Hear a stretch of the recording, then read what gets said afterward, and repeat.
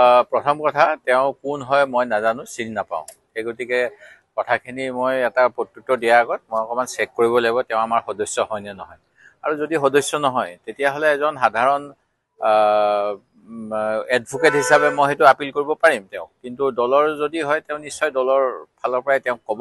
আৰু মই ভবা নাই তেওঁ আমাৰ দলৰ সদস্য বুলি। মই খবৰ লৈছিলোঁ অকণমান দিল্লীৰ ফালে, আমাৰ দলৰ কোনো সদস্য নহয় তেওঁ। আৰু বহুত আছে যে বিজেপিৰ নীতি আদৰ্শ বহুতে বেয়া পায়, তেতিয়া তেওঁলোকে গণতন্ত্ৰ ৰক্ষাৰ বাবে বিজেপি বিৰোধী 2-4টা কথা কয়।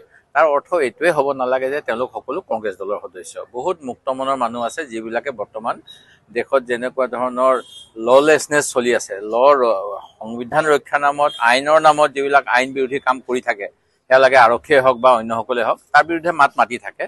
আৰু সেই গতিকে তেনেকুৱা কিবাও হ'ব পাৰে। মই তথাপিতো আপোনালোকে যিহেতু কৈছে, ব্যক্তিগতভাৱে মোৰ প্ৰতিক্ৰিয়া হ'ব, মই তেখেতক আহ্বান কৰিম এইটো কেছত তেওঁ যাতে নোসোমায়। আৰু দ্বিতীয় কথা, মোৰ যিমান দূৰ তথ্য আছে মোৰ হাতত, মই তেওঁক বিভিন্ন সময়ত মই কংগ্ৰেছ বিধায়িনী দলৰ আপোনালোকে কৈছে এজন দলপতি, সেই হিচাপে যিবিলাক মিটিঙত যাওঁ আজিলৈকে তেখেতৰ বিষয়ে আমি শুনা নাই।